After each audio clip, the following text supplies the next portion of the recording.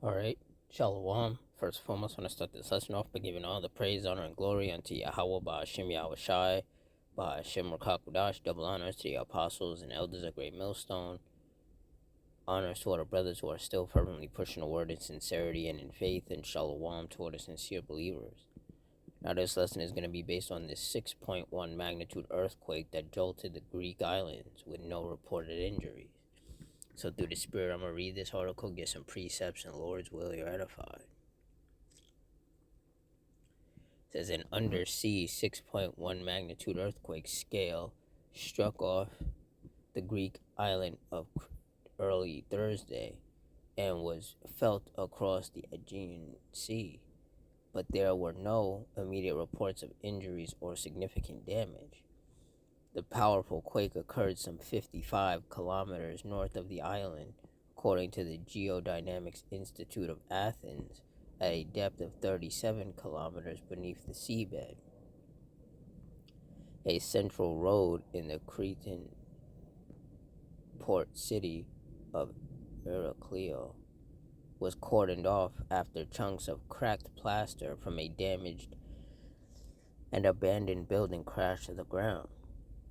Fortunately, initial reports indicate that due to its significant depth of the earthquake, there has been no major damage.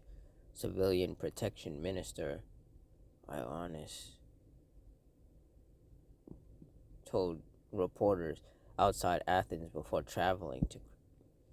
The shock was felt extensively across islands across the Aegean Sea. Rescue crews were sent to the island as a precaution. Earthquake and Planning Protection Organization director noted that deeper earthquakes typically cause less surface damage. Greece sits on major fault lines and experiences frequent seismic activity.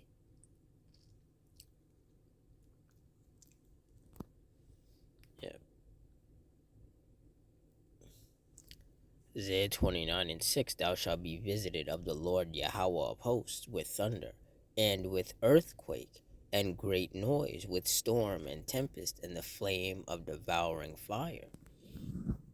So even though Greece sits on, some fault lines, the Lord is the one who determines when these earthquakes happen, how often they happen, how intense they are. And the scriptures are telling you that these earthquakes, just like these storms and tempests and fires, are forms of the Lord visiting.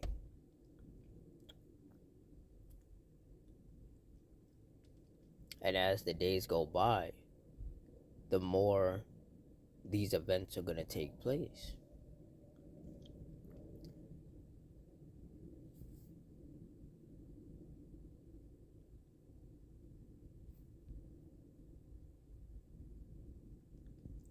Matthew 24:7, for nation shall rise against nation, and kingdom against kingdom, and there shall be famines, and pestilences, and earthquakes in diverse places.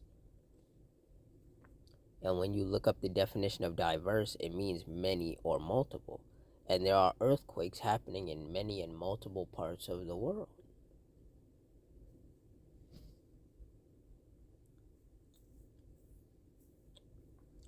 Second Ezra 9:1, he answered me then and said, measure thou the time diligently in itself, and when thou seest part of the signs past, which I have told thee before. Verse 2, then shalt thou understand that it is the very same time wherein the highest will begin to visit the world which he made. Verse 3, therefore when there shall be seen earthquakes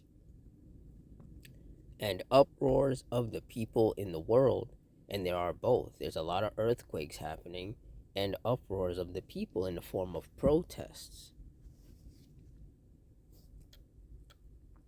Verse 4, then shalt thou well understand that the Most High spake of those things from the days that were before thee, even from the beginning. Verse 5, for like as all that is made in the world hath a beginning and an end, and the end is manifest.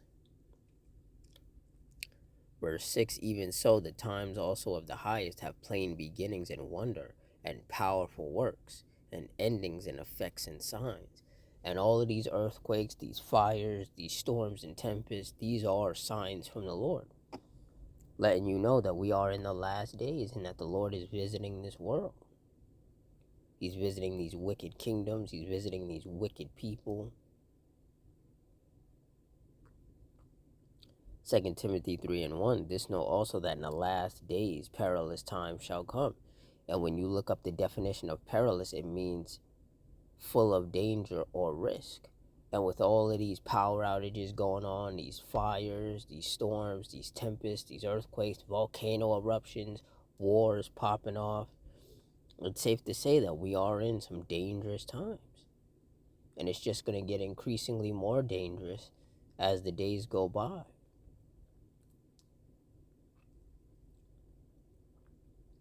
You know, for all the people who think that the world is just going through a rough patch and things are eventually just going to slow down and go back to normal and everything's going to go back to being, what they would consider fun.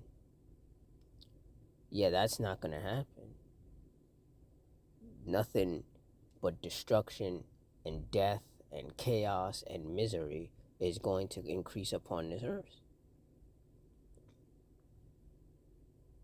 And all of these wicked people with whom the Lord is angry with, regardless of where in the world they dwell, they're going to get hit with these judgments. Like it says in 2 Ezra 8:50, for many great miseries shall be done to them that in the latter time shall dwell in the world, because they have walked in great pride. And the Lord, he's going to send those, he's going to continue, I should say, to send those miseries in whatever form he decides to manifest them in.